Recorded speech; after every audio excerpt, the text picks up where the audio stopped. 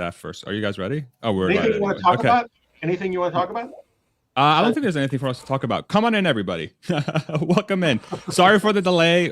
It's all me. I've had a very discombobulated morning, but I'm very happy that you all joined us. Man, there's so much to talk about. Should we start with the biggest breaking news? Should we start with that? Succession is coming back March 26th, and I cannot wait. The second bit of news is the EV tax credit. Looks like there's been a lot of changes to it. Producer wife, if you can pull up this link that I haven't sent you yet, I'm going to put it in the private chat. But Rob Maurer broke the news this morning. This is how I found out that the EV tax credit is now applies. The $7,500 EV tax credit now applies to all Model Y trims, not just the 5-seater based on how they did the thresholds. But now they fixed up the threshold. So if you can click on that image for me, so we can look at it together here. The Tesla Model 3 rear-wheel drive, Tesla Model 3 long range, Tesla Model 3 performance all have the same thresholds. But the big difference now is that the Tesla Model Y, all the trims, so regardless if it's a 5-seater or a 7-seater, now have an applicable MSRP limit of $80,000, which means that any configuration of the car that you buy, essentially, of a Model Y, literally every configuration with any add-ons in any trim with any drivetrain now gets the $7,500 tax credit, which is a huge change from where we were yesterday. So maybe we'll go down the list and get some quick reactions from y'all, and then we'll turn into a discussion, because I'm sure, the implications from this are insane. I really think so. I think there's a lot here that it says. But Hans, I'll let you go first, and we'll do Bob and then Rodman.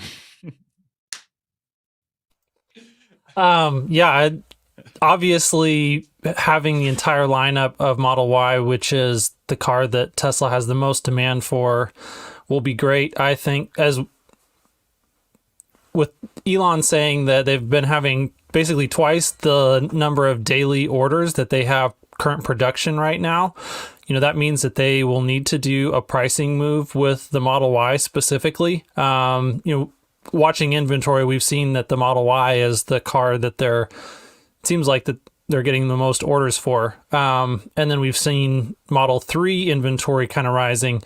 And so this gives them some room to increase Model Y long range price, stay under the cap, keep it eligible, have minimal impact to the consumer, but have fine control and granularity on just matching that price point with demand to keep wait times at a reasonable level for the Model Y. And but then also, it's great for some of those higher ASP items for them to be able to sell the performance and the top line trims and get the tax credit. That will definitely increase sales in those higher margin products, which should be great for margins overall.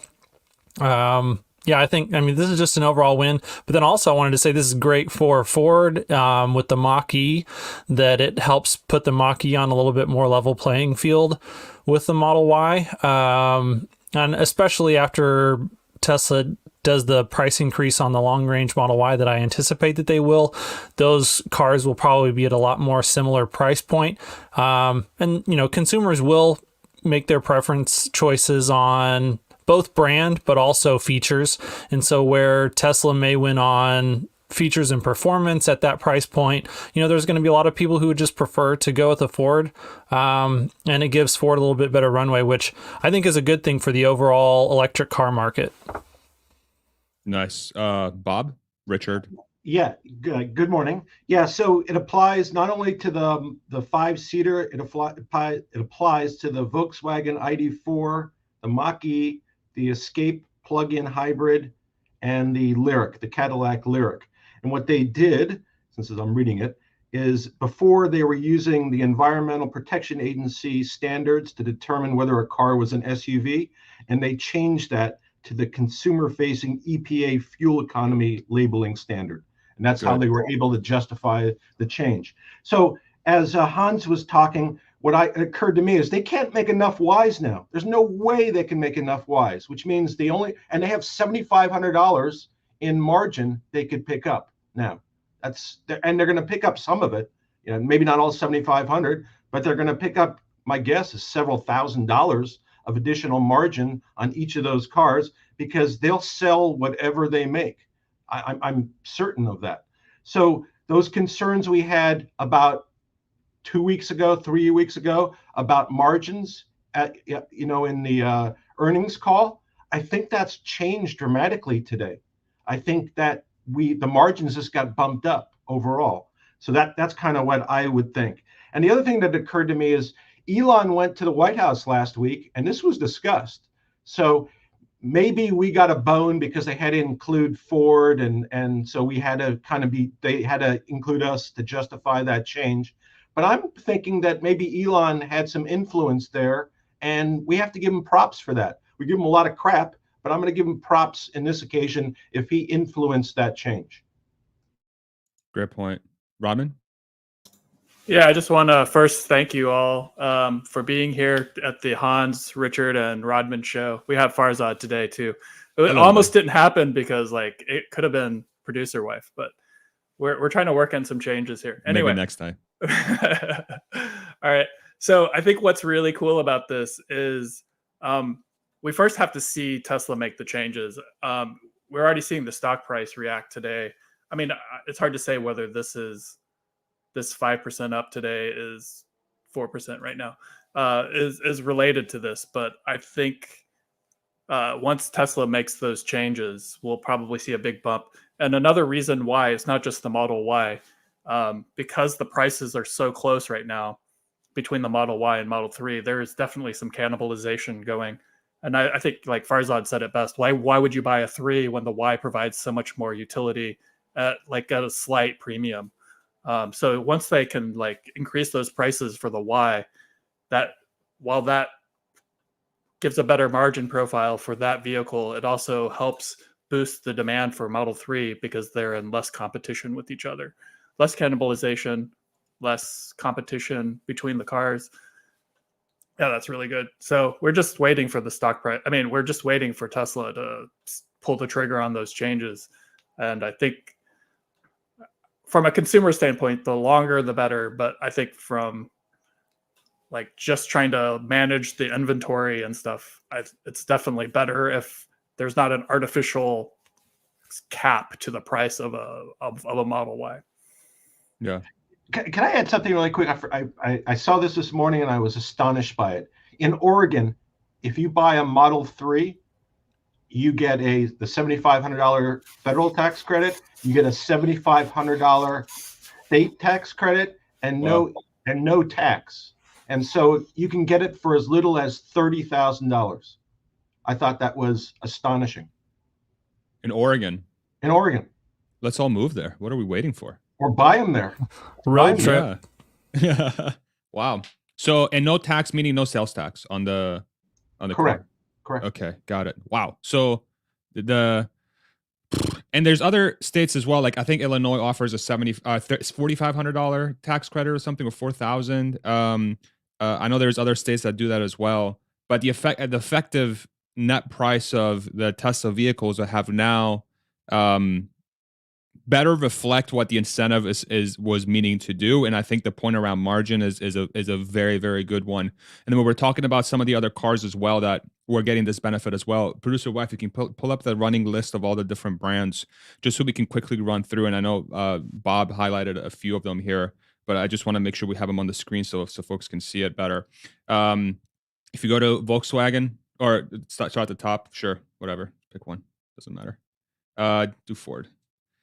Then we can see the Ford Mustang Mach-E, as Bob pointed out earlier. Now it's eligible for $80,000 MSRP cap instead of 55.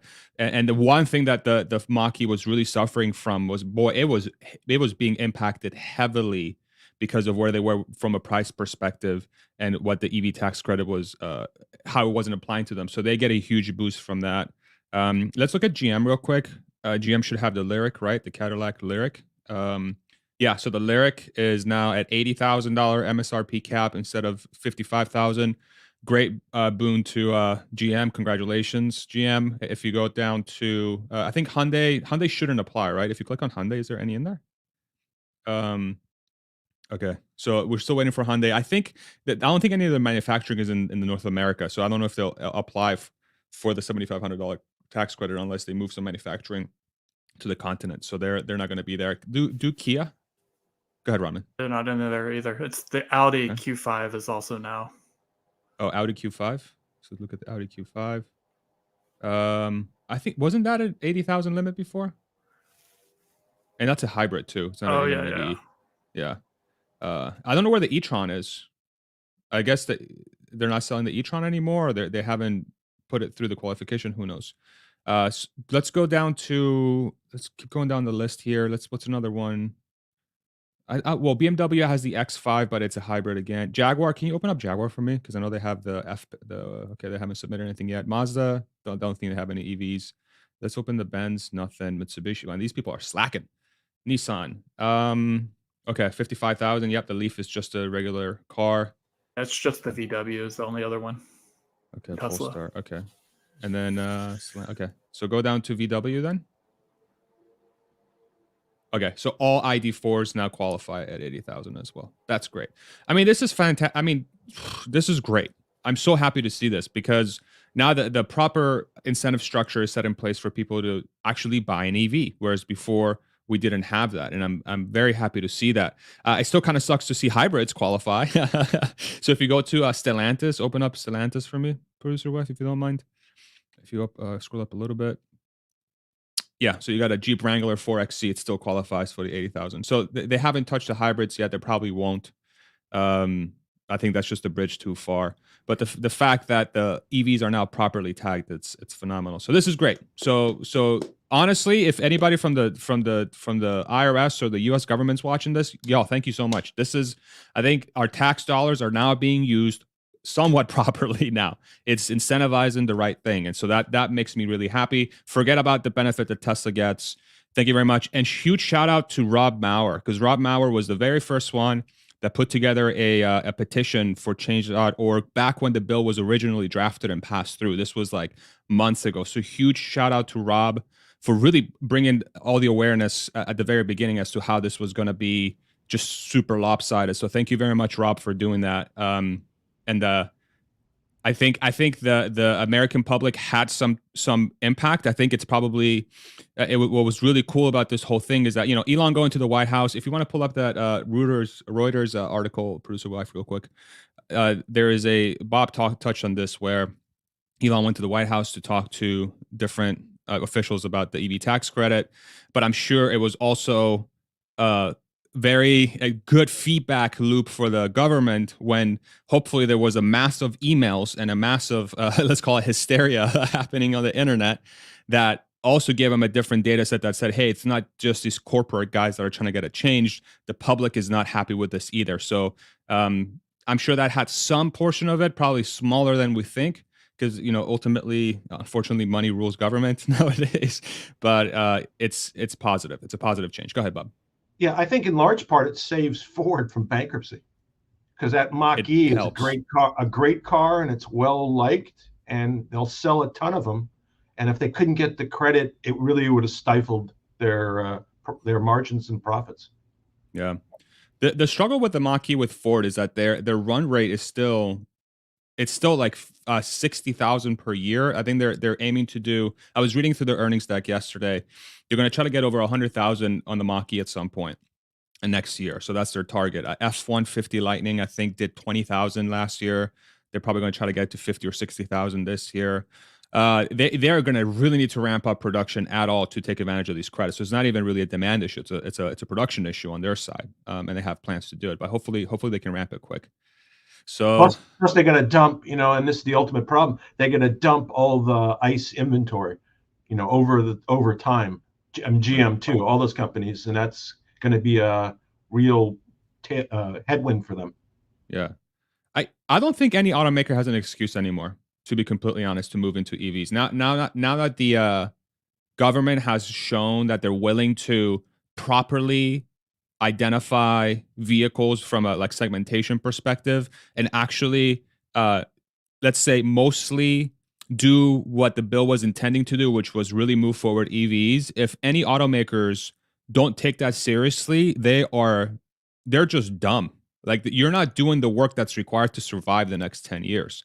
And so if every single automaker doesn't have an electric EV, doesn't have an EV SUV or an EV sedan in the US market in, say, the next 2 to 3 years, you are so behind, it's not even funny. You're like your Toyotas of the world, for example, and your Hondas of the world, and your Mazdas of the world. What are you doing? What are you guys doing? There's a $7,500 tax credit now available in the US that you can take advantage of. And the government says, yes, we will honor it. Even if the official proper definition of an SUV isn't met by the IRS, like, they're still willing to change the guidelines so that the spirit of the bill gets pushed forward. So we'll see. We'll see what happens there. Any thoughts? Go ahead, Hans. Mine is a little bit off topic on this. So yeah, if anyone has thoughts here. I was just going to ask, unless you move me away. Did anyone else see Steve Wesley's interview on CNBC where he pretty much insinuated that Tesla was shooting for 200,000 Cybertrucks produced this year and like $500,000 to $600,000 next, or 500 to 600,000 units next year. Do you have a link? And so I don't know if he, I know, so that clip was part of Stephen Mark Ryan's video from, I think, yesterday. What was the gentleman's name? I'm sorry? Steve Wesley, the guy who's a former Tesla board member who does interviews on CNBC periodically. This was from a month ago? No, like, this was, well, I don't know when his interview was. I just saw it in SMR's clip yesterday. I am egregiously skeptical of those numbers. Yeah, that, like, it seems absolutely insane. I was wondering if maybe he got the years mixed up. If he was thinking 200,000 in 2024 and then, you know, scaling up to 500 in 2025, because there's just no way that those numbers are feasible. I mean, we're still, it's February, we're still seeing prototypes. So how is that possible? They're going to, because they're obviously not going to be in production for at least 4 or 6 months, at least, realistically. And how would they be able to kind of ramp it up? We've seen how they ramped up even like the Y and the 3 at Austin. That, I mean, how long has that taken? So I just think doesn't make any sense. Yeah. But it does make sense if what you said at the end, that he got his years wrong and he's projecting 2024 production. And if he's saying 200,000 units in 2024, that's possible. Yeah, I don't think how that's feasible. Go ahead, Raman. Yeah, I think a lot of it to me comes down to batteries again. What's interesting is, like, Elon's been saying they're not constrained for batteries this year, but, like, I wonder what growth number are they taking? Like, okay, 1.8 million cars. Like, that's not constrained. They're not constrained in that point. But at what point do they become constrained? And growth of Cybertruck, I mean, it seems like that's going to be 4680. So they are building more production out, but yeah, I'm still not sure that number can be hit just with 4680, like the numbers, the megawatts of batteries that they're producing at the current point in time. And then, like, some of those are allocated to Model Y, right? So all the Austin built Model Ys are being built with 4680. And I think eventually they want, like, the Berlin Model Ys to be built with 4680, right? To get that full ramp up. So yeah, that's my big question in that whole thing. I'm sorry. Go ahead. No, please. I perceive from, like, what he said in the earnings call that the supply constraint was 2 million. So I think that's why he put the 2 million. I think that was supply constraint. Yeah. Hans, there is I see the video you linked. Is there a timestamp we should be looking at, or should just play from the beginning? Yeah, it was like right in the beginning of it was in the teaser. Okay. Go ahead and play that for us, producer wife. So this is from Solving the Money Problem, Stephen Mark Ryan, friend of the show. Go ahead. There's a huge demand for EVs. And what's happening now is that Tesla has inadvertently started a price war that other automakers just weren't ready for. So expect to see other automakers now, Ford, others will have to follow suit, slashing prices. 17 years ago, before many people watching this channel were even born, Tesla declared war on the world's automotive industry in their original secret master plan. Go ahead, Hans. I was just saying, maybe it wasn't right in the first part. I thought it was right there. Okay. I'm going to go find it. No problem. If somebody in the comments also knows where the timestamp is, that would be awesome as well. But I don't. If he said that, he has to have his ears mixed up. There's no way. There's just no way. I mean, if they're just starting beta production now, that means there's probably another at least 3 months of working out the kinks and working through at least 3 months, y'all. It's probably more closer to 6 months of working out all the little kinks, making the slight adjustments, and making it get everything lined up correctly for it to be mass produced. And then you need at least another 3 to 6 months to work out all the kinks through mass production, especially if you're in a brand new platform.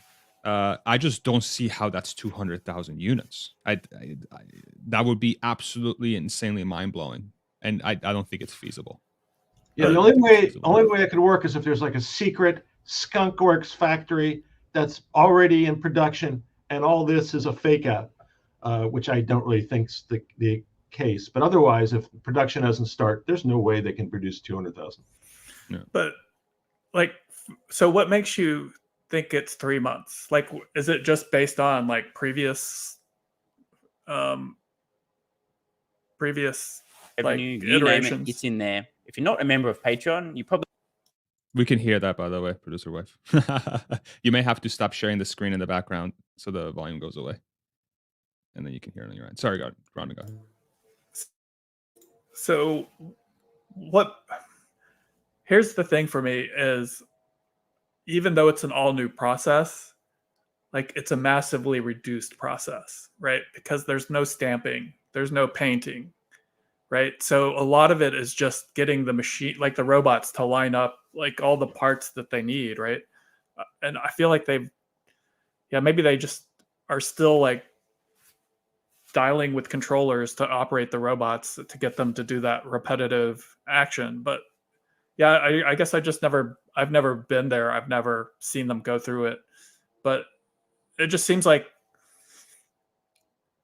if you're trying to get like 100, right, they could probably get 100 going, or maybe even 1 or 2 going, right? I don't know. Yeah. Looks like we found the timestamp. Go ahead cool. and play it for us. It's 12:27. Whoa, go for it. You're talking 15,000. Did you just say 15,000 sold? Is that right? I said 15,000. Now, the big question is, what do they grow to? And I have a feeling they will ramp up quickly. They should be at 50 or 100,000. But the sheer size and magnitude of Tesla's facility in Texas, combined with their expertise in manufacturing, and by the way, lower battery costs, I think they could blow by the others. And again, no one has been able to break into the Ford 150s market. If Tesla manages to sell 200,000, 300,000, 400,000 units this year, moving to something closer to 500,000, 600,000 next year, they will put a dent in Ford's most profitable sector. Right, understood. And you said no one can catch up to Tesla, not at this time. The way they're making profit, you said GM won't be profitable for years to come, maybe till 2025. Tesla had the ability to cut the prices. Now we see the Mach-E over at Ford being cut. So what's the final takeaway here? Is there... I don't know. I don't know. I mean, what was the 15,000 number in response to? Do we know? That was rough sales of Lightning last year. Got it. You know, my favorite word to use in a legal brief against the other side, and I like to throw it out, is nonsense. That was nonsense. Really, that made no sense. That was a guy that did not seem to have a grasp of this particular subject matter, because the numbers he were throwing out were just like me saying Tesla's going to sell 12 million cars next year. That's what I believe. You have every right to believe what you want, Bob. Even your name. Listen, I think what a realistic thing, if we think about 200,000, what could realistically be the case if that number is in his head? And I'm trying to like justify this, like try to like say why would you say that number? Perhaps what he meant to say is that Tesla will have the capacity from a machining perspective to do 200,000, right? Like we've put the pieces in place so that if we have enough people and material to push through the line, we can do 200,000. And next year we'll do 600,000. But the way he said it implies that he thinks they are going to sell 200,000.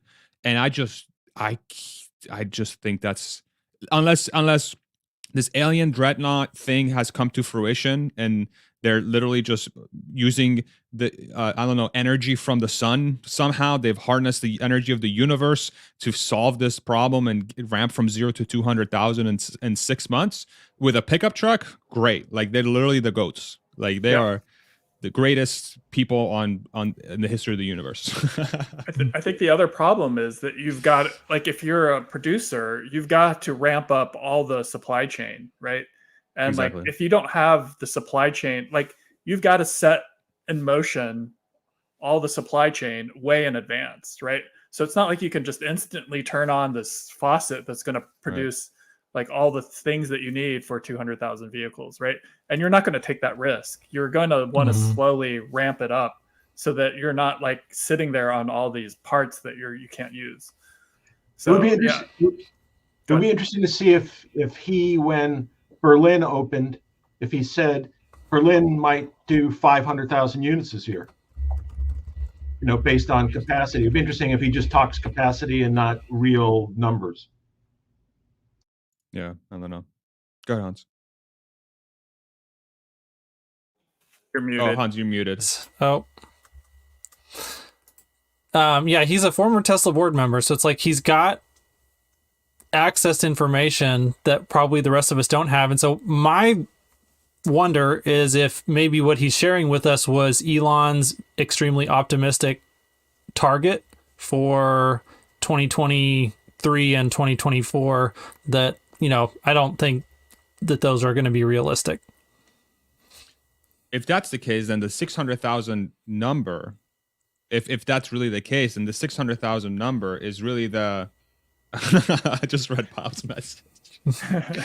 What a troll. I'm not even going to share it. That was funny. We have a private chat, y'all. If y'all are like, what the hell's wrong with these people? There's a private chat. And, if there's something going on we want to share, we'll use the private chat. But yeah, it was amazing. That 600,000 number, if it is real, perhaps that's a different number than what Elon publicly said was going to be the Cybertruck's production capacity, which, if I remember correctly, was 250,000. He has publicly said that the production capacity for Cybertruck is 250,000. So if it's really 600,000, that makes a lot more sense to me, because that is what the pickup truck market, that's what the demand is for one of the leading trucks, which is the F-150. The F-150, I think, sold close to 700,000 in just the U.S. I got to pull up the article, and in just the U.S. in 1 year, not even globally. So 600,000 makes sense to me.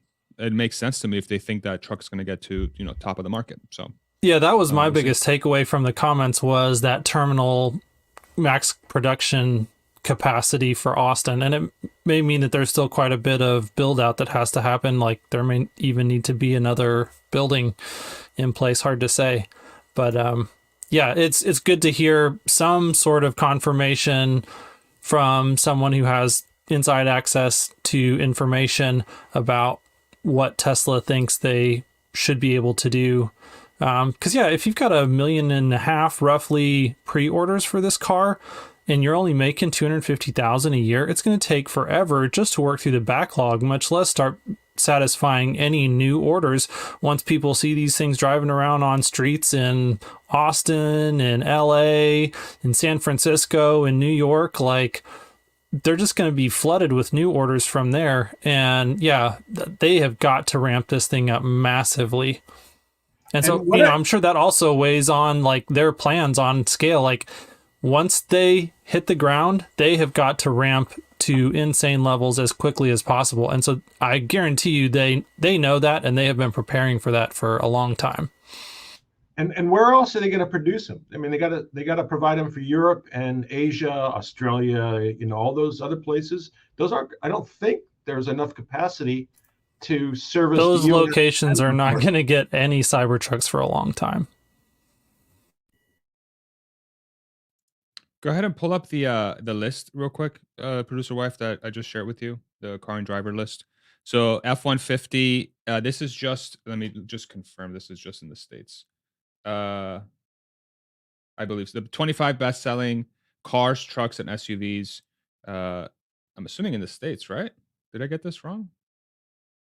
For the year? Yeah, it has to be, because this is a American publication. Okay. So if you scroll to 6 real quick, I think Model Y. What did Model Y sell? I know Model Y was number 6. Or where was Model Y? Oh, number 9. 231. Yeah, for sure. So this is US numbers, 100%. All right. So scroll down to the F-150 again. So it's 650,000 units that the F-150 sold. That's crazy. So 650,000 units. Scroll up to the next one. This is just in the US market, y'all. So this is pickup trucks. Chevy Silverado, 513,000. So we're at 1.1 million. Scroll up. Ram pickup, 450,000. So call it 5 million. Nope. Yeah, okay. Not a pickup truck. So go to the next pickup truck. Let's see if you can find another pickup truck. Okay, perfect. GMC Sierra, 1.75 million. Go to the next one. Keep going. Okay. 2 million. Keep going.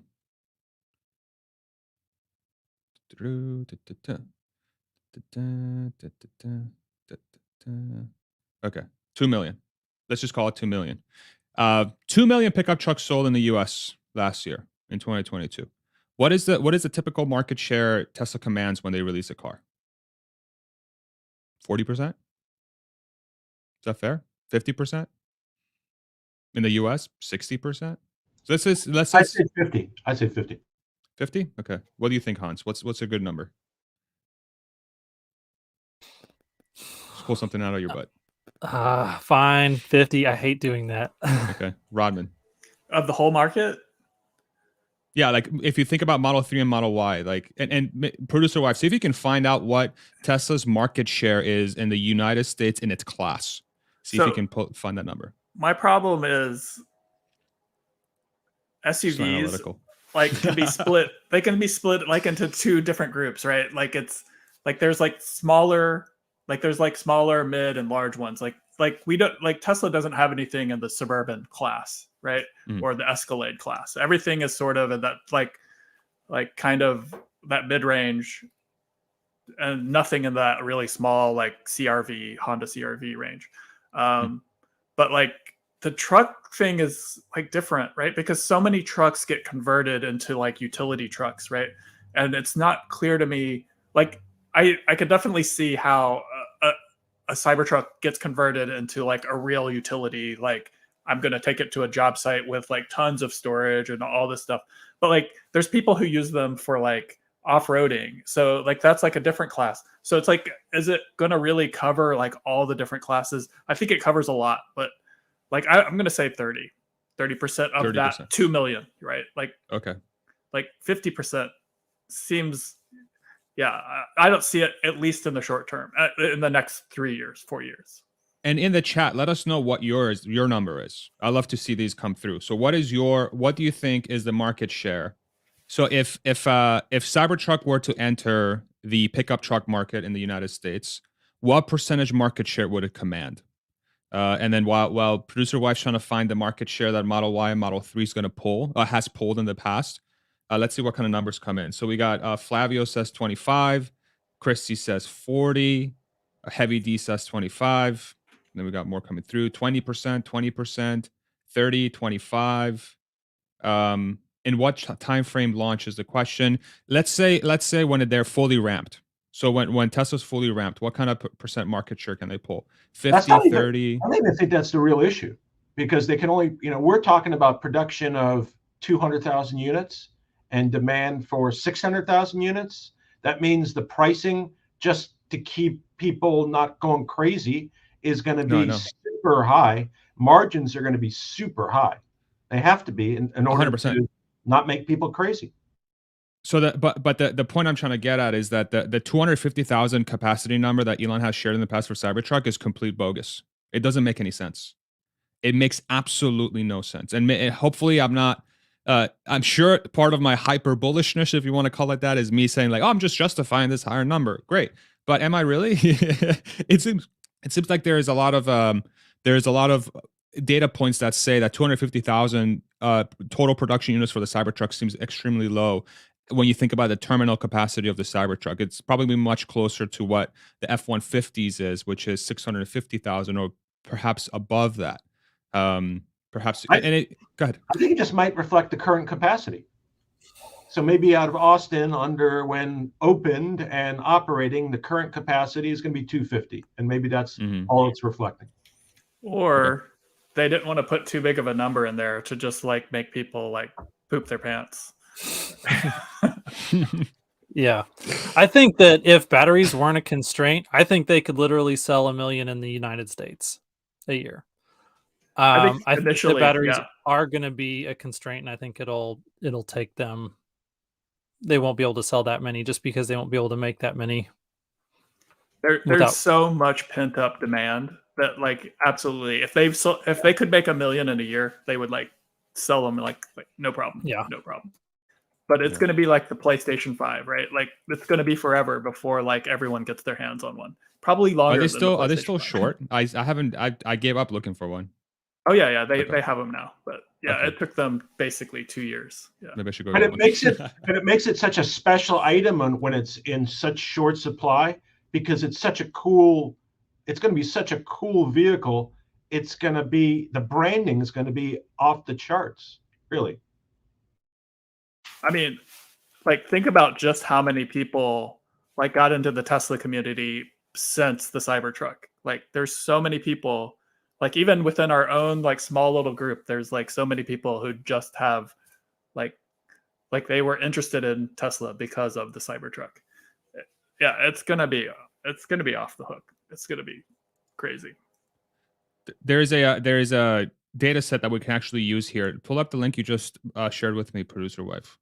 Shout out producer wife. Round of applause for producer wife, man. She's been killing at this freaking stream. My God, my goodness. Ooh, producer wife. If you don't like that I call producer wife, too bad. She's my producer and my wife. Tesla Model Y passes perennial top sellers in global rankings. Scroll down a little bit. There's that chart. Perfect. Zoom into that chart. So let's do some quick math. So this is best-selling vehicle models globally in 2021. Oh, damn it. No, this is everything. Shoot, I thought this was just SUVs.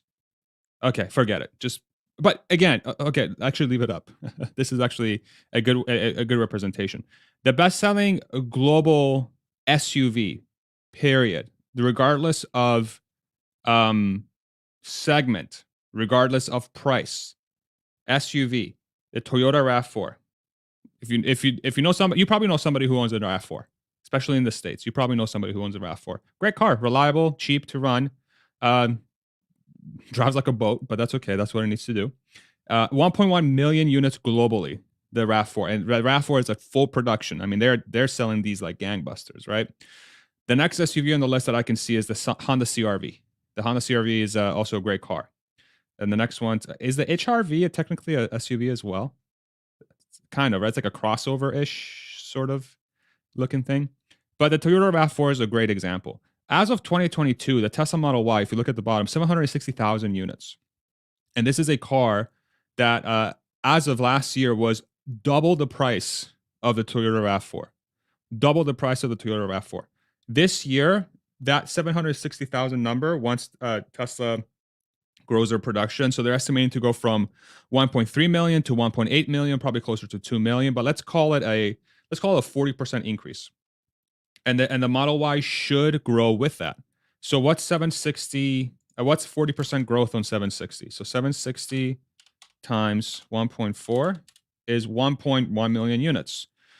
So the Tesla Model Y, a car that after the EV tax credit in the United States is still going to be call it 30% more expensive than the Toyota RAV4, and an electric car, not even a gas car, an electric car that's in a market that has a significantly, call it, smaller infrastructure around it globally, is going to sell as many units as a Toyota RAV4. So then I think that is the proper way of thinking about the Cybertruck's long-term potential, is that look at the list of the best-selling cars, see what the best-selling truck is, which is the F-150. F-150 selling roughly probably close to 800 to 900,000 units globally. If you take into account Australia and South America and all those regions as well, that's where the Cybertruck's going to end up. And it's backed up by math, and it's backed up by logic. Tell me if I'm wrong. But I think this is how we should be looking at it. What do you guys think? Y'all probably agree. Yeah, I agree. One of the things I would love to see the 2019 numbers for the F-150. Like, what were pre-pandemic levels of production and sales for the F-150? Because I think that probably would have been peak pickup truck Ask that one more time. I'm sorry, Hans. Like, what were the 2019 numbers instead of the 2021 numbers? Because I think that would have been peak F-150 sales probably. See if you can find that, producer wife. 2019 F-150 global sales. And then we'll take a look at that. And then we'll see. What a day. What a day, man. It's like, I can't believe that we're finally talking about Cybertruck in earnest. And there's a clip of the Cybertruck that was out in the wild as well. So once producer wife's done looking for that, we'll have her pull up the video. Go ahead, Rodman. So you may not be, this might not be your, like, what you did, but like how much inventory of like parts did they keep, like in terms of months? Do you have any clue, like when they were of like supply, like at the factory or in the? Oh, they run lean. Yeah, they run lean. Yeah, they run really lean. I mean, so I mean, it's been like a year and a half now, right? I can say some of this stuff. Am I going to get in trouble if I say this stuff? Maybe I shouldn't. What are you trying to say? Put it. I thought you were a lawyer, bro. You're like getting me to incriminate myself. Maybe you're on the other side. That's what it is. I can't say. Right. I know they have so they have on hand at the factory, and they also have on hand at satellite facilities that have surplus inventory, and they sort of move inventory from surplus inventories into the factory. But a lot of parts just arrive at the factory. They run lean. It's a lot of just in time, but that's very it's a very standard process for most manufacturers. I mean, they run lean, they run just in time. And for those that are not familiar, just in time basically means that you don't want to carry any additional inventory at your facility, because what that means is that you spend cash to buy these things and they're just sitting on the floor doing nothing, or sitting in the racks doing nothing. That cash is much better utilized being deployed for investments, or maybe in your piggy bank in case something happens. It doesn't make any sense having that cash trapped in a part that's just sitting in a warehouse or in a factory. And so that's why you want just in time. As far as like how many days on hand they have, I mean, I know the number from back in the day, but I'm sure that doesn't apply anymore. But it's low. It's really, they're trying to get it as low as humanly possible, with some safety inventory as well. Obviously, you never want to run. You don't want to run out of steering wheels. So I'm sure they have steering wheels sitting in the 3PL in the third party logistics warehouse, just kind of hanging out. And then if they have a shortage, they'll pull in the safety stock. I was going to ask a question. How all this is predicated, I think, on economic slowdown. Now we've been talking about a recession for like a year now, and now there's talk that maybe we'll avoid a recession. There's at least discussion about that, and the stock market seems to have reacted positively over the past month or two. So the numbers we kind of predicted in terms of the car market were substantially reduced because we were factoring in a recession. What happens if there's no recession and the number of cars sold doesn't decrease? I'd be interested to hear what you guys think would happen to Tesla, the car market, margins, etc. That's a great question. Real quick, pull up the article you have up right now, producer wife, for the F-150 so we can hit it. How many pickup trucks did Ford sell in 2019? 900,000. Is that just in the US or globally?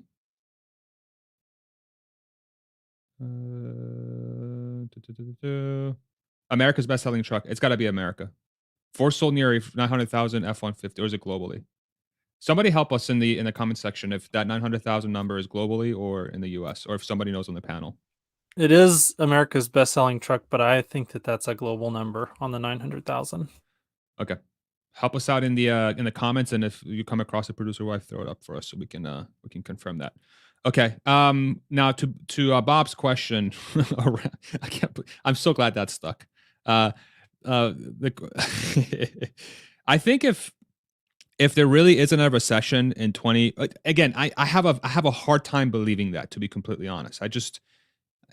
I want to see more signals that show that we're really not gonna have a recession, because like a frozen house market and a bloated inventory in vehicles, people carrying a lot of debt. Who knows? Maybe I'm wrong, and humans will just human, and they'll just figure out how to carry the debt forward, and we'll just keep growing the economy to offset a lot of the losses we're incurring. Okay, how can it not mean that Tesla is going to be production constrained and have margins that are at the same levels they were before? I don't see how that's not the outcome. If there's an economy, if there's an underlying economy that supports people's ability to maximally buy vehicles, I feel like Tesla by far will benefit from that environment, especially with this EV tax credit and especially with their price decrease, to the point where they're just going to be able to just dictate whatever price they want. They're just going to be like, okay, we literally can only make 2 million cars this year. And so we're going to put the price to where we can only make 2 million cars per year. And that's going to mean margins go back up. With the completion of full self-driving, it's like, I sound like I keep bringing this up as if it's going to happen, and it will happen, but we've been talking about it for so long that I think I at least feel like it's, I'm just waiting to see it happen before I can truly put a number to it. That could, those variables almost seem incomprehensible. Strong economy, still capacity constrained at 2 million units per year, pricing power to no end, EV incentives in the world's largest market, full self-driving completion, supercharger network advantage, and then you just, I don't know.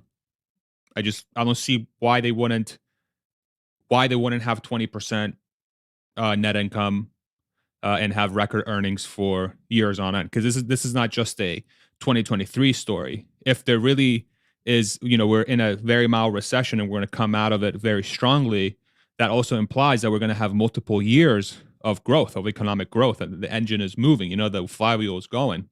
So this also means that we'll see this growth as the Cybertruck launches. We'll see this growth as the compact car launches. We'll see all these things really carry the momentum forward. And if you're a Tesla investor, this seems like a great time to be part of the story. Not financial advice. I'm just saying, if you are an investor, there's a lot of great things going. Like, it's where are the red flags or the headwinds in that kind of environment? China is really the only one I can think of. If China decides to, BYD, if everybody literally only wants to buy a BYD or really BYD is the only one, because they're the only ones with the actual capacity to be able to sell into the market with an EV. But if their economy's doing as well as the rest of the world, potentially, we don't have this massive global recession that's significant, then theoretically they should have enough demand in that region for Tesla to continue being capacity constrained. So I'll shut up and let you guys. Actually, we have a link. Go ahead, producer wife, bring up that link that you're talking about in the comments, and then we'll go back to the discussion here. Oh, great. So this is by year. Okay. Oh, this is actually super helpful. Scroll all the way to the right on the little chart. And so that's F-150 all the way through F-450. So that's not just F-Series. Yeah, but it is only USA. So that's only USA, all F-Series pickups. Damn. That's so many trucks. Okay. Perfect. Thank you very much. So 900,000 around was the peak of all F-Series structures in the United States. So globally is over 1 million. Go ahead, Raman. I'll shut up and let you start the discussion. I'm not really a truck guy, but do you think the Cybertruck competes with like a 250, F-250 kind of that size? It strikes me as kind of in between, like more than the F-150, but maybe not quite all the way up to an F-250. Okay. Yeah, the Cybertruck has a bigger bed, I believe, than the F-150. the crew cab. I think the crew cab, which is like what the Cybertruck has, call it the front, a lot of room for the passengers and the drivers, as well as the bed. The Cybertruck, if they launch how they said they were going to launch, the bed's going to be longer, and you're going to have the same space in the cabin, and you're going to have a front trunk additionally. So you have more storage in a bigger bed than an F-150. The F-250 has a significantly longer bed, and it can tow a lot. So my old neighbor has an F-250, and that thing is a beast. It's a big truck. I can't wait to pull him once I get my Cybertruck and make it into a video and get some content going and embarrass him in front of everybody. So I'm very excited for that. But I love him to death. But yeah, it's somewhere between like concept. Yeah, that's interesting. I think like positioning it right in between those two vehicles kind of like competes with on both ends, right? Like it either pushes people up to that larger vehicle, or maybe people are willing to go for a slightly smaller vehicle. At least it's like a consideration, right?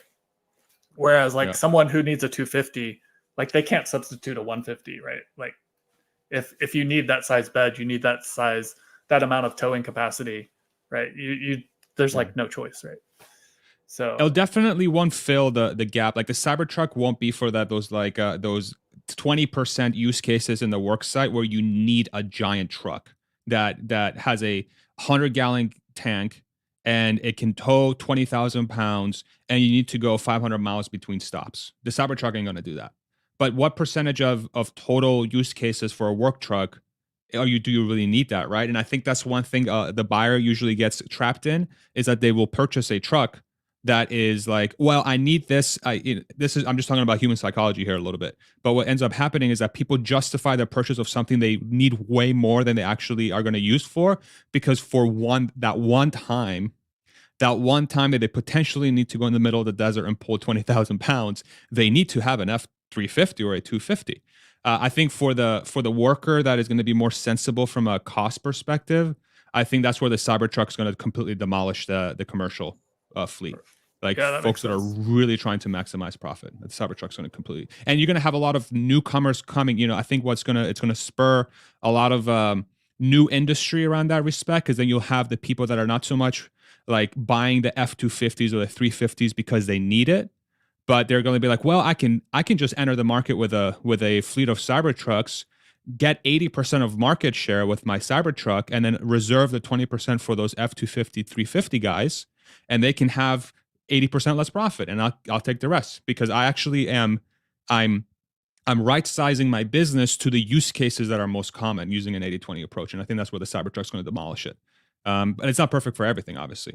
So, yeah. I'm going to take you back to the place I took you before. Sorry. We all know what January 6th was, right? Do you remember what January 6th is, historically speaking? Yeah, it's the White House thing, right? No, it's the day that Tesla hit its bottom, 101.81. And since that, which is less than 30 days, we're up like 98%, which is a pretty good run. And we could drop, and we probably will drop, and then up and down, which is natural. So this is not Bob's legal or financial advice, but the primary reason why Tesla went from 412, I think that was the top, to 101, in part was because, we were overbought and it was going to happen anyway. So we were going to lose something, but it was because we're treated as a growth stock. And when interest rates started to rise, it's a discounted cash flow model. So our current value got dumped. And when the recession came into the picture, our value got further dumped. So it appears now that interest rates are close to the top. Seems like we're pretty close to the top. They'll eventually start to decline. And now there's talk about maybe the recession either won't happen or won't be as severe. And I think the stock price is a reflection of both those things. And I think long term, especially if the economy does better than originally predicted, we'll make our journey back up towards that 400 mark. What do you guys think about that, Hans or Rodman? Look at the hesitation. My goodness. I agree. Yeah. I think we're all scarred. I think we're all scarred. I think that the last go ahead, Hans. I just want to see cash flow and like let's look at fundamentals of the business. I don't care what the chart looks like. I'm not in a position where I have to buy or sell. Man, I wish I had more cash. I wish I had a little bit less margin in the mid 200s range, because that would have allowed me to load up a lot more on that sweet discount down to 100 a share. I mean, that was ridiculous. But even without that, like, I just want to see cash flow. And so, I'm really excited to see what the mega pack energy contribution is this year. I'm really excited for Cybertruck. I'm really excited to see the progress on Optimus. I'm really excited to see free trials of FSD. Like, just show me the fundamental things and the rest will take care of itself. Next gen platforms, especially if they're holding it like close to the vest until they're closer to production. Yeah. I'm really liking the sort of theory. Oh, and producer wife, can you ping for Q&A? We'll do it in like 5-10 minutes. I want to do a little bit of extended today because there's a few things. Oh, is there something you guys wanted to hit before Q&A? Was there a specific topic? Okay, we'll do an extended one today just for the. And I think I might keep that moving forward because I really like these being much more community centric too. Like I think maybe do an extended Q&A at the end of these makes sense. Let me know what y'all think, but. Yeah. Okay. Perfect. Beautiful. Thank you guys. I love the Tesla Cube. Oh my God. I love you guys so much. I really do. I completely blanked. In my love for y'all, I completely blanked what I was going to say. What was the last thing somebody said? Please centered me again. Does anybody remember? We were talking about fundamentals. So next gen platform, FSD trials. Got it. All that. Thank you. How great a guy Bob is. Yeah. Bob's the greatest. The best. Shout out to Bob, by the way. Bob's the GOAT. He's our legal counsel. That's why we have him here. In case we get in trouble, we can leverage him. Send me an invoice. The model, the compact car, the 3/1 Investor Day. For those that are not familiar, Tesla is hosting an Investor Day on 3/1, March 1st, where they're teasing this Generation 3 platform. And this Generation 3 platform, most people are assuming, based on some of the guidance we got from the company, is that this is going to be their compact car / robotaxi. So that sort of down market / fully autonomous vehicle. I'm really warming up to the idea that this is going to be, it's not going to be a showcase of the actual car, but it's going to be a showcase of the actual platform and how it's going to be used for the multiple segments or the multiple use cases that they'll have. So like the robotaxi, the compact car, potentially I heard Omar from Omar's catalog, a van, that this platform could be very, very heavily, like Tom Nash even. Hey, Bob, thank you for the great legal and financial advice. Bob's famous. Can you make your YouTube channel already, bro? When is that coming out? You have it? Oh, you're muted. I don't know if you're talking. It exists, but I'm not sure I'm going to keep the name. Okay. I made check with your employer. There is a very brief video, like 20 seconds long. Okay. All right. I'm excited to see it. Come on, Bob. In the chat, let us know if you're excited about Bob's upcoming YouTube channel, because I am. I really think it's going to be a showcase of the platform itself. Where are you guys at with that? Are you guys are in a wait and see? Do you have any speculation around what is actually going to be shown on March 1st with this for this compact car? Go ahead, Bob. I see you want to say something. Yeah, I was going to say, so if they're selling the 3 for $30,000 in Oregon, I mean, with the new platform, are we talking about like a $15,000 car? I mean, is that like a direct competitor to the lowest end BYD car and not for the American market? This is where like my mind just like I can't process some of this stuff, because it's the implications of how cheap that transportation thing could be is kind of insane especially with these incentives in place. Go ahead, Hans. I mean, it could be a deeper discount than that even, because it's like in Oregon, if you've got $15,000 off, but you're starting at a $25,000 entry price, It's a $10,000 car. Is that even possible? Is that even possible, dude? I was going to say, if you look at electronics, if I bought the TV I did 5 years ago, it cost me now $34. And it probably cost me $2,000 when I started. I'm exaggerating, of course, but if it's like the electronics market, comparable, yeah, those prices just get crazy cheap, especially in volume. So the way I think about that is, okay. Sorry, Hans, go ahead, please. From a demand standpoint, there's no way that's possible. Like, you can't keep the price there. The wait time would be infinite. So that kind of a price for a. So let's try to walk down the math, right? What's the cheapest car you can buy right now in the States? Do we know? Let me see if I can. Cheapest new car in the U.S. Oh, I should ask. You know what? Let's ask ChatGPT. I think you have to ask for a full-size car to also make sure it's not like a Mini Cooper or something like that. Okay. There's no way ChatGPT is going to let you on at the middle of the day. Oh, really? It's always slammed. I'm on. Oh, nice. Right now. Yeah. All right. Let's ask ChatGPT. Look at this. All right. I'm even taking the keys away from producer wife. I'm doing your job here. Come on. What is the cheapest new car you can buy in the United States? Also, this is all data it's all been trained on information in 2021. You can buy Tata Nano? What is that? Okay. Full size. Change it to full size. You can buy in the United States. AI at work. One of the cheapest full-size cars you can buy in the United States, a Chevy Impala, with a starting price around 31. I'm going to do compact. What is the cheapest compact car? The answer I got was the Nissan Versa for $14,000. That sounds right. Yeah, Nissan Versa. Damn, that is a cheap car. Let's look at the Nissan Versa.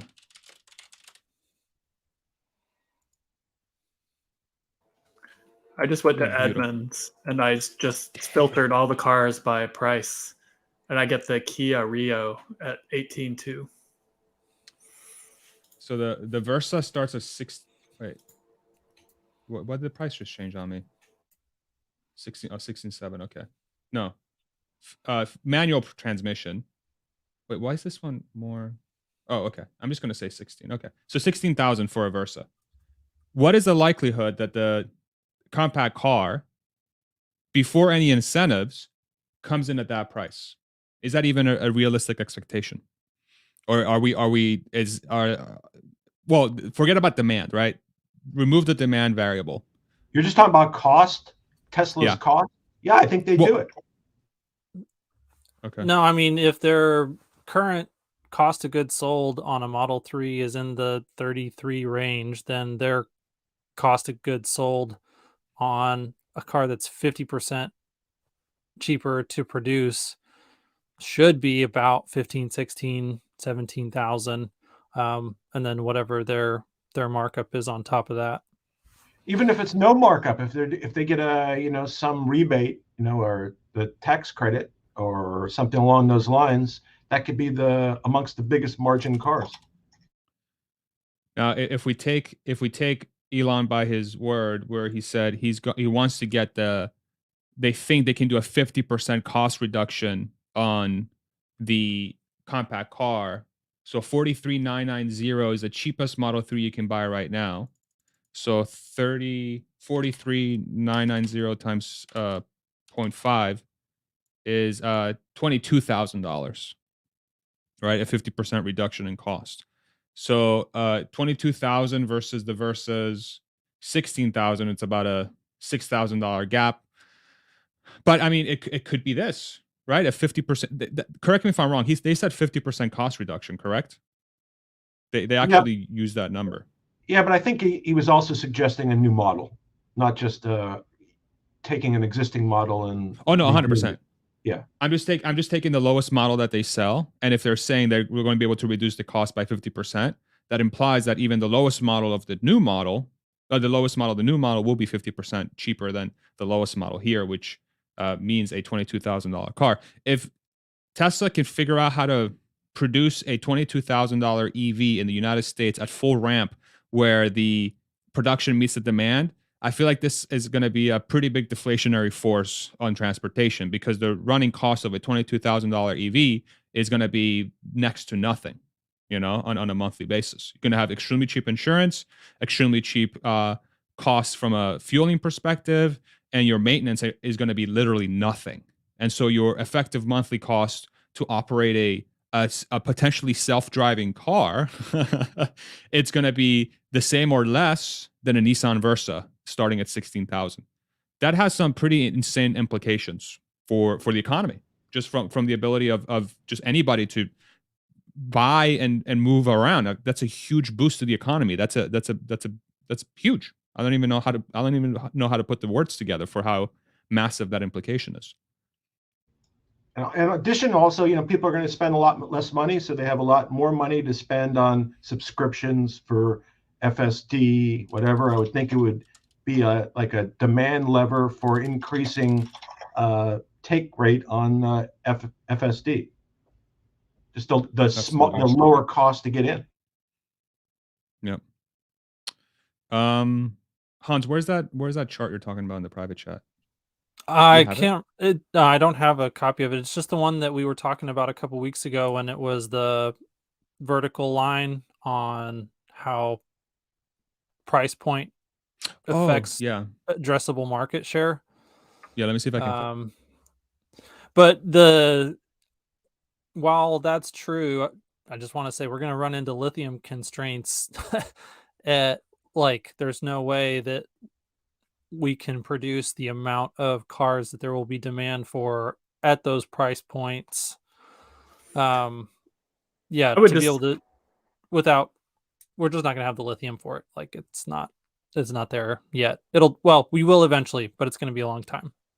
I think if they can do if you think back to the discussion with Corey at Monroe, using lighter weight materials for a car that's not built for 70-mile-per-hour crashes. If it's some kind of urbanized vehicle, they can get the weight down, they can get the battery pack down, put less batteries in each car, kind of thing. If that's what they have to do to make this vehicle work, I could see it.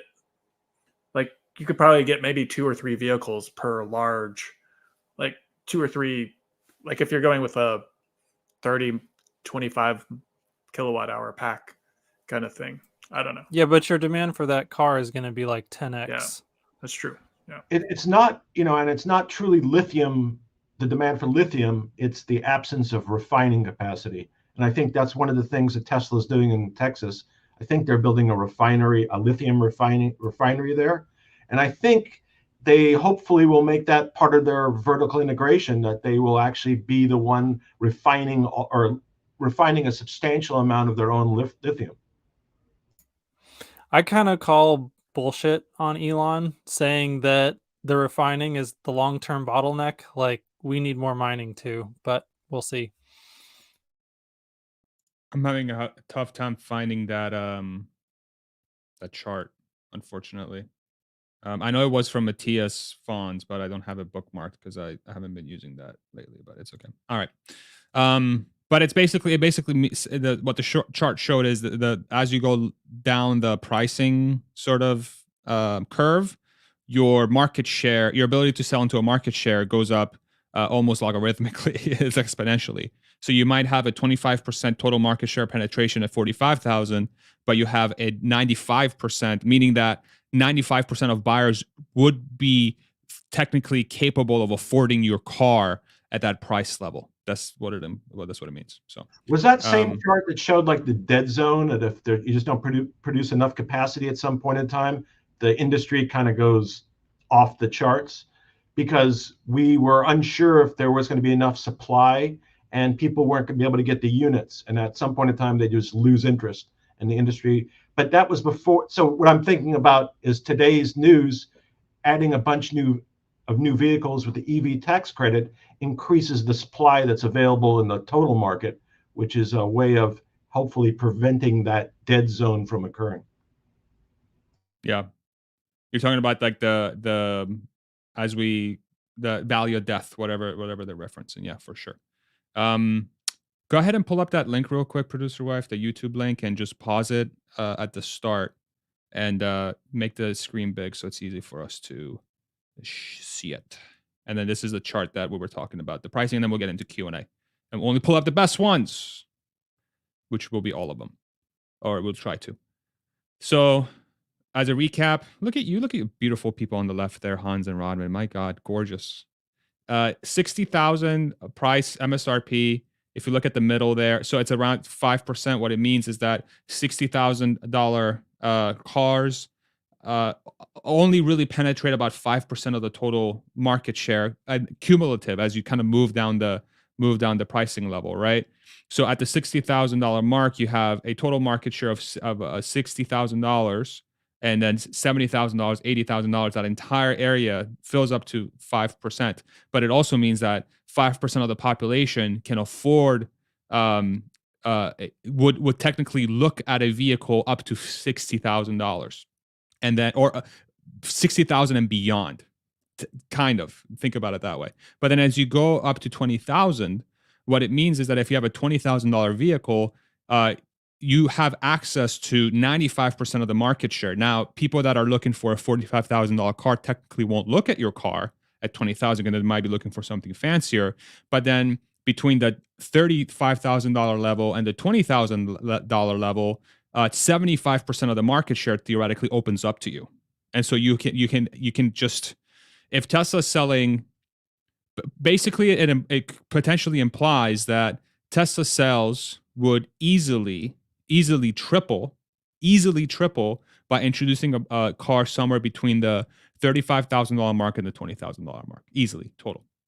But I just there's another point on that, is that like if you think back to early 2000s to the late 2000s, like celebrities were buying the Toyota Priuses because they were sort of like even though they were far below what they could afford, it was sort of a halo vehicle, or it said something about you, right? And in a similar sense, like if you can build a car that is compelling enough, people might just get one to have one, right? Right.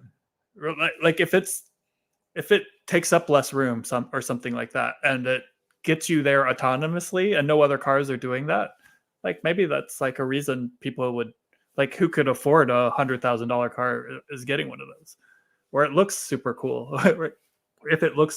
If it's based on like the Cybertruck style, right? If it's some kind of sleek, like piece of origami of a vehicle, like that could be enough to like attract people to buy this crazy, really inexpensive car. Yeah. And it also, I think it really speaks to how there's a portion of the population that I feel like don't grasp that idea, because they're so used to viewing the car market for what it has been for the last 100 years, or even the last 50 years, which is, well, the reason why we have optionality in trims and stuff is because people demand it, and that's what they're looking for. This is the same exact conversation we had around the iPad when the iPad was launched. What a stupid freaking product. No one's going to use a tablet. Why the hell would you use a tablet? You got a laptop. And then what happened? Everybody freaking has it. Look at that. The iPads are freaking everywhere. Same thing with the smartphone, with the iPhone. And that's why when people say Apple and Tesla are not good parallels, yes, they are. The market didn't know it wanted this. And then it appeared and they're like, holy crap, this is way better than anything up. You completely redefined what it means to own a vehicle. And that's, I strongly urge those that are not sold on the Tesla story, see if there's a parallel you can draw there. Challenge your own intuitions. Drive the car for 2 weeks. Talk to owners for 2 weeks. Put yourself in the Tesla, force yourself to put yourself in the Tesla ecosystem and for 2 weeks. And then come back to me and let me know if I'm wrong. And then we'll take it from there. Okay, Q&A. Let's do it. So much for extended Q&A. It's just regular Q&A now. Thank you all so much for joining us. We have a little bit over 1,000 live viewers. Thank you all very much. If you're enjoying what you're watching, hit the like button so that there is one more number, I guess. I don't know. If you want to, it's up to you. Subscribe if you want to see more stuff from us as well. And just give you a heads up, this is my community who have, they're part of my Patreon, YouTube subscription stuff, and every Friday we come together and we have a discussion public, and then after we're done, we go to my private Discord and we continue the discussion for another hour or so. Hans, Bob, and Rodman, thank you all so much for your seriously. I mean, I look forward to this day every single day. It's like it's so fun to sit down with a bunch of nerds and talk about this stuff. It's great. I can only talk my wife's ear off for so long before she's like, stop it. So really appreciate you guys. And then there's links for that in the description if you are interested. All right, let's do the first question and we'll get going, and then hit us with some chill music too so we can vibe. Hadouken, that little symbol means that he's also signed up to the community. So thank you so much, Hadouken, for your support. Love you, man. Question: when Teslas are a dime a dozen on the road, will the vehicles lose mystique, luster, wow factor like a Camry, and will Tesla need to introduce new product luxury model? That's a great question. And something I've been thinking about as the Austin market has been starting to be flooded with these Teslas. How do you guys think about this? That's already a problem in LA. I mean, they're like, you can't look away for 2 seconds without seeing a Tesla. My kids were just running around, like trying to name each Tesla, and they ran out of names after about 5 minutes. So yeah. It does happen. I mean, I saw a Lucid here. Like I've seen maybe 2 this week, and I mean, yeah, like, but does it matter? I think it's like an iPhone, right? Like everyone has, like, you either have an iPhone or maybe a Samsung or whatever, but like everyone has these things, and it doesn't diminish like how useful they are, right? So that's my thinking. I don't think that Tesla will care about the luxury car market at that point. Like that will be mission accomplished and they'll move on to other projects. So it'll be more about energy at that point in time, or Optimus or robo-taxis. Like, yeah, once that's accomplished, there'll be bigger and better things to focus time and attention on. Like Elon's not thinking about what can we do better that we used to do in the past really well, but doesn't really move the mission forward a whole lot today. Bob? I was going to say the bad news is, yeah, Tesla will lose its luster because EVs will be standard on the road. The good news is they'll be selling 15 or 20 million vehicles a year, and that will generate a lot of profit, and perhaps they'll have to introduce a luxury model to increase beyond that, but I don't think it's really material at this point. I think go ahead, Hans. The one, like, they will release the Roadster and it'll be an incredible car. Right. I think Roadster, Model S, Cybertruck to an extent will have that sort of wow factor. But I think after a while, the technology becomes so ubiquitous that it's not really even about wow of the technology. It'll be something else we're distracted. Like the iPhone, we were wowed by like what, 5 years, and there were huge lines, outside Apple stores, and people were craving for the thing. Now this thing is like just the thing in my pocket almost dropped. Thank God I have a case. Is exactly that. It's just a tool that we use in our daily lives, and we're not like, wow, look at the new iPhone. We're like, okay, cool, better camera, sweet. Where's Neuralink? It's just a natural sort of movement of things. Yeah, kind of the flying cars will be what we'll be talking about at that point. Right. Yeah. And if that means Tesla's the largest company in the world when this happens, okay. So, society moves forward, but we're still a long ways away from that. I still feel like we're at least 10 years away from that. These are great points by the panel, by the way. Thank you all. Thank you, Hadouken. Next one. And Satbeer, thank you very much for your question. Now that the IRA has increased it to $80,000 for the Model Y, do you think Tesla will further increase prices to manage demand through 2023? Yeah, we spoke about this briefly. Well, not briefly, for the first 15 minutes. If you're interested, definitely go back and check that out. But the panel, I think, feels that way quite strongly, just because as a pure, if there's a lot of demand, you can't keep up with production, you're gonna have to raise your prices. Are you guys in line with that? Yep. Okay. Next one. Thank you for your question. Charles 60 question: Mexico, yes or no? I mean, I like tacos, sure. Mexico's great. Oh, you're talking about the Gigafactory? Oh, okay. I don't know. There was a rumor that it might get announced in March. Anybody know about that? Yeah, so there's two stories. There's one in Monterrey, Mexico, and this week there was one near a new airport near Mexico City. That one was brand new. So Leon. Was there a layout? It was called Nueva Leon or something like that. That's the one in Monterrey.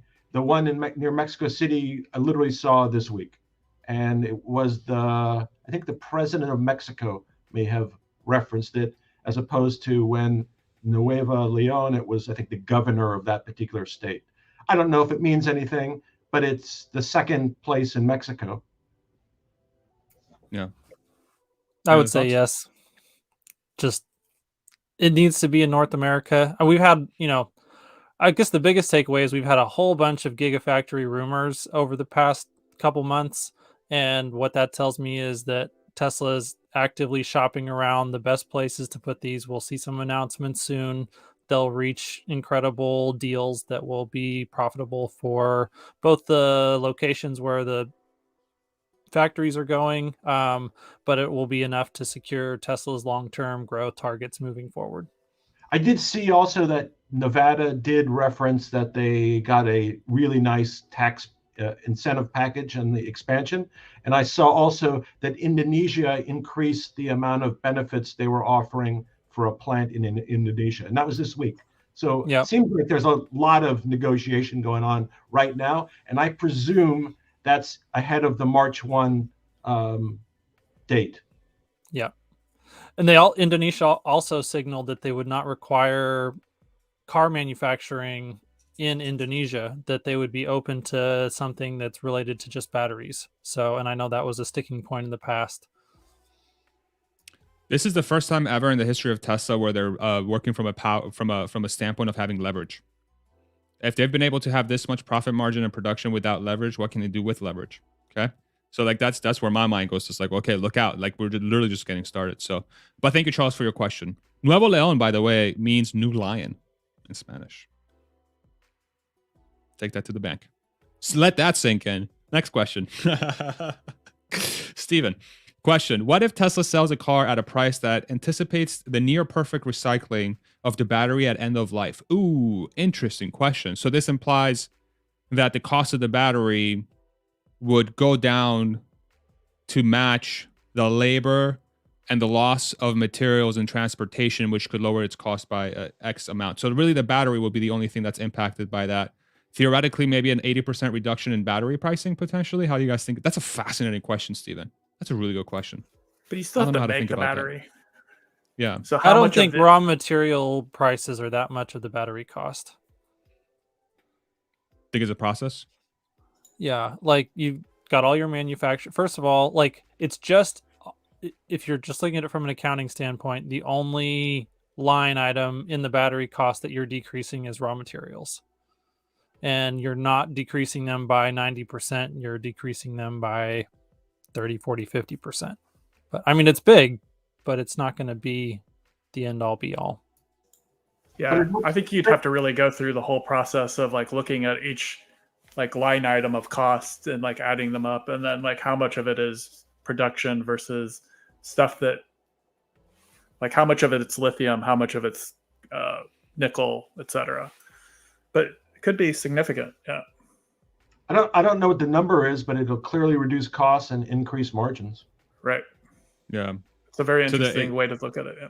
Very, very great question, Steven. Yeah, it would be like what percentage of the total pack cost is raw materials, and what are the costs that go into the secondary, tertiary, like the second, third, fourth, fifth time you have to go out and get the material, versus the cost it takes to refine that is how much you would save over time. But then you have to add that first time, like Rama said, that first time dig for that raw material. So maybe it's less. Yeah.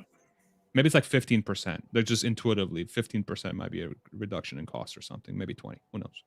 Really good question. Jordan, if you're watching this, get to work, bro. Give us the number. Limiting factor. This is your wheelhouse. Let's go. Next question. The power of the Tesla community here. It's really great. Incredible. Question. Such a good question. V, always asking great questions. Thank you so much, V. Question: how do you view Elon's suggestion Tesla's investment in treasuries as being non-trivial? 100 million plus in risk-free return equal increased expedited deliveries. I'm not sure I understand this question. Could somebody help me? I think they bought treasuries. That was reflected in this particular earnings call, and I don't know what they were generating on it, 4 or 5% on that 3 billion or 3.5 billion. It was a significant amount, but I don't know how that relates to the increased expedited deliveries. I think it's just saying that you can afford to do more expedited, like they were paying significant expedite fees in their delivery costs, and that this would offset that specifically. I mean, you could use it to offset anything that you wanted, or I mean, I think that ideally the best part is no part. The best expedited fees are no expedited fees. You got it. And so unwinding the wave is definitely the way to go, and it just is what it is. And you spread out your transportation load evenly across the whole year instead of trying to concentrate things in a way that makes logistics more difficult than they need to be. Probably makes your employees a lot happier too, right? 100%. Yeah, you definitely don't want to you don't want to offset your expedited costs by trying to make more money. What you do is you get rid of expedites entirely, like Hans said. So I think it's just good fiscal responsibility. It's just Zach being a boss CFO.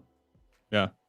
Yeah, you don't want to just sit on cash and like not do anything with it, right? So especially with these interest rates. Yeah. No, great, fascinating question. But I think ultimately the way Tesla behaves is forget how much money they can raise. It's all about reducing costs. So it doesn't matter. Just get rid of expedites entirely. And that's as Rodman said, I think it was just being prudent. That was all they were trying to do. 100%. Couldn't agree more. Next question. Cybertrucker 420. Hell yeah. Bro, you better put that big old leaf on the front. Question: if Tesla is analogous to Apple, how would you rectify the continued high cost of the iPhone? I see many similarities, but consumer cost decline of iPhone is not one of them. That's a fascinating question, and I'm curious to hear what you all say. I think the Apple cost is a direct reflection of the demand that they have for the product, and they've chosen to run they think they can get a certain amount of demand for this product. I think the way they market themselves is kind of more luxury, if you think about it, versus other phones, is they sell you an experience and they want to command a higher price because that's what they believe in, and that's going to cap you out at a certain amount of demand. And so they're almost like dictating their demand through their price, because their goal isn't, what's the mission statement of Apple isn't get an iPhone in everyone's pocket.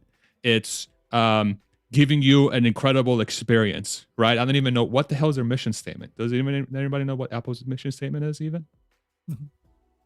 What is it? Make a crap ton of money. I think it's I think their mission statement is eat more juju. I believe that's their mission statement. Shout out Yashu. I mean, I would say that they actually have reduced, by offering lower price entry models on the iPhone SE. I mean, the top of the line models are more expensive, but they have definitely increased the accessibility of high quality flagship phones to price points and consumer segments that previously only had access to a lot lower quality devices. So I take his point overall, and I think it's a good question and he's on the right track, but there is a little bit of pushback on Apple's pricing strategy too. They lower the cost of entry for an excellent mobile device. I would say that's the case. Yeah. I'm sorry. No, you go ahead. I was going to say also there's really only two phones. There's the Apple and then there's Androids. And that's really it. And maybe in electric cars, there's Tesla and everybody else. Maybe that's how it will turn out. But I think it's a lot more segmented, and there's a lot more competition, and there's a lot more brands. And so I think there's a lot more competition in pricing. Whereas I think Apple, in large part, has almost a monopoly on pricing because their customers will buy it no matter what. And that's 50% of the market. They have a monopoly on profits for sure. Yeah. I would say that like the key to just go back to the question, like there are analogies. It's not a perfect analogy. And definitely Tesla is a company that's pushing their costs down. They're trying to get the product to the consumer cheaper because they really want to get as many of these vehicles out. And you're entirely correct. It's not a perfect analogy because like Tesla does things differently. The one thing that I would add is for a long time, I've thought about Tesla and Apple are similar in the fact that they are revolutionizing product categories. And so that's where I would say like that analogy holds strong. But then to build on top of that, you can leave behind their similarity to Apple at that point and say, okay, and now cars are to Tesla what books were to Amazon. That cars are just a stepping stone to the overall transition of the world to a sustainable energy future. And there's a whole lot of other things that Tesla's going to be doing over the next decade, 2 decades. And they're going to expand into other verticals, just like Amazon expanded into not only all the other retail goods that Amazon began to sell after they sold books, but then getting into Amazon Web Services and other things as well. So like that's the type of overall mental framework that I use for understanding the future of Tesla. We can expand all of Elon's companies to be analogous to the entire FANG series, right? But I think, I think like Elon has a much closer personality to Steve Jobs and Tim Cook. Sure. I think he has more of that vision that Jobs had when he was there. I agree. Let's do one more, and then we'll move it over to the private Discord. Which one will it be? Da-da-da-da! Last question. And Joey, question. What do you think of Project Highland will have on Tesla's future and the auto market in general? Great question. I think I know Connecting the Dots put out a great video. I haven't watched it yet. I'll be honest. But I know it's a great video because everybody's like, it's a great video. So I got to watch it at some point. Shout out Connecting the Dots.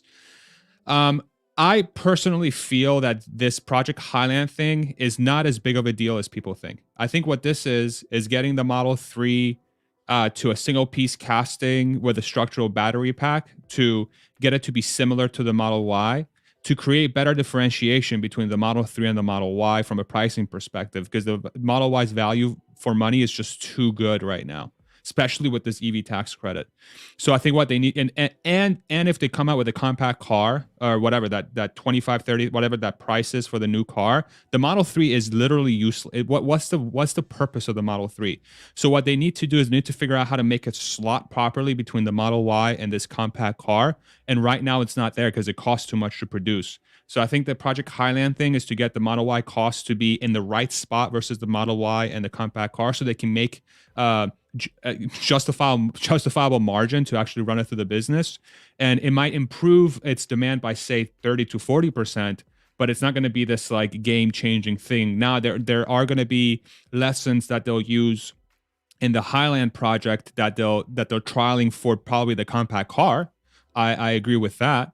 But I don't think the Model 3 itself is going to be this like all of a sudden a $15,000 car, $20,000 car. I think it's going to go from $43,000 to like maybe $38,000, something like that. And then they'll be able to sell it at similar margins, and it'll be a more reliable car. They'll fix the chassis and stuff. Because the Model 3, you remember, Model 3 is the very first platform, the mass-produced platform that Tesla had. And Sandy Monroe himself said it was hot garbage, okay, outside of the electronics and everything else. And they haven't touched it since. So this is a complete revamp of that, which is going to allow them to do a better job. That's how I view it. Do you guys have any thoughts? Yeah, I did watch the video, and that was essentially what Connecting the Dots said. So Highland Park was the initial factory for the Model T, and Ford used that to trial all of their production processes, and then they went on to make another factory where they really reached volume mass production. And so he was saying the analogy is that, they're going to make the Model 3 a much better, lower cost to produce car. But yeah, it's not going to be a $15,000 Model 3 with Project Highland. And then they will use whatever today's latest and greatest manufacturing technologies that they're experimenting with on the Highland Model 3 to then inform their decisions for the scale out on the third generation platform manufacturing. Makes perfect sense. Awesome.